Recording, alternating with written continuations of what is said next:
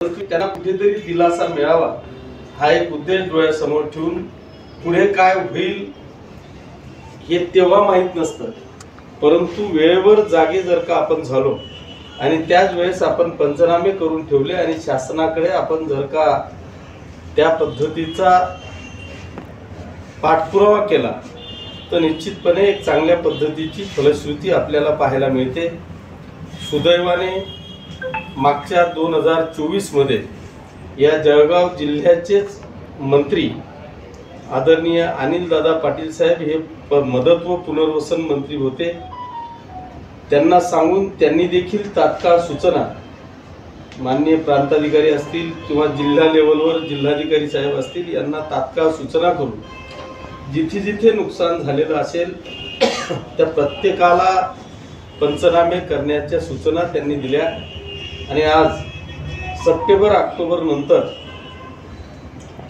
अवघ्या 4-5 महिन्याच्या कालावधीमध्ये आज आपल्याला पाचोरा तालुक्यात 52,364 शेतकऱ्यांना जवळपास 69,45,22,000 रुपये एवढी अमाउंट आपल्या शेतकऱ्यांकरता प्राप्त झालेली आहे आणि भडगाव तालुक्यात 34,369 शेतकऱ्यांना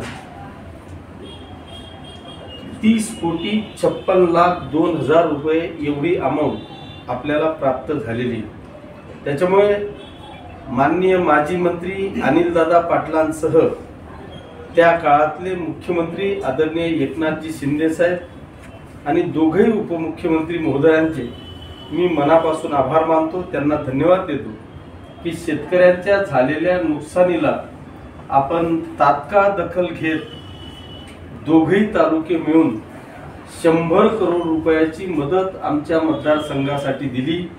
त्याबद्दल युतीच्या सरकारचे माजी मुख्यमंत्री एकनाथजी शिंदे साहेब, उपमुख्यमंत्री देवेंद्रजी फडणवीस साहेब आणि उपमुख्यमंत्री अजितदादा पवार साहेब आणि अनिल दादा पाटील मदत व पुनर्वसन मंत्री यांचे सगळ्यांचे मी मनापासून आभार मानतो, त्यांना धन्यवाद देतो।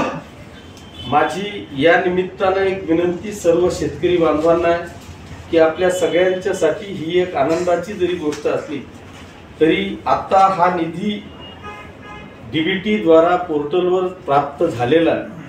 माझी विनंती सगळ्या शेतकरी बांधवांना अशी असणार आहे की आपल्याकडे आता संबंधित तलाठी असतील, महसूल अधिकारी असतील, मंडळ अधिकारी असतील, हे सगळेजण ह्या सगळ्या म्हणजे पाचोरा तालुक्यातले जवळपास 52,000 आणि भडगाव तालुक्यातले 34,000 या प्रत्येक शेतकऱ्यांच्या याद्या तात्काळ तयार करण्याच्या सूचना तहसीलदार आणि त्यांच्या सर्व सहकाऱ्यांना आपण दिलेल्या आहेत।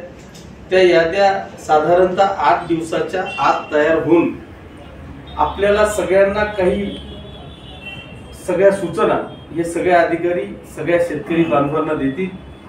त्यांनी ज्या ठिकाण आपल्याला दिलं जाईल त्या ठिकाणी येऊन आणि आपण आपलं KYC अपडेट करून कुठेही आपला अकाउंट नंबर चुकणार नाही याची दक्षता घेऊन जर ते आपण तात्काळ क्लिअर केलं तर येणाऱ्या 15-20 दिवसाच्या आत प्रत्येक शेतकऱ्याच्या अकाउंटवर हा पैसा 100% आपल्या अकाउंटवर पडणार आहे।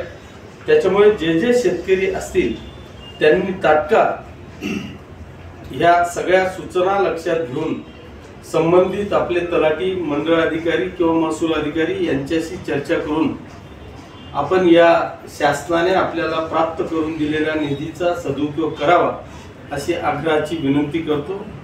पुन्हा एकदा शासनाचे आभार मानून आपल्या सगळ्या शेतकरी बांधवांचं मनापासून अभिनंदन करतो। धन्यवाद। जय हिंद, जय महाराष्ट्र।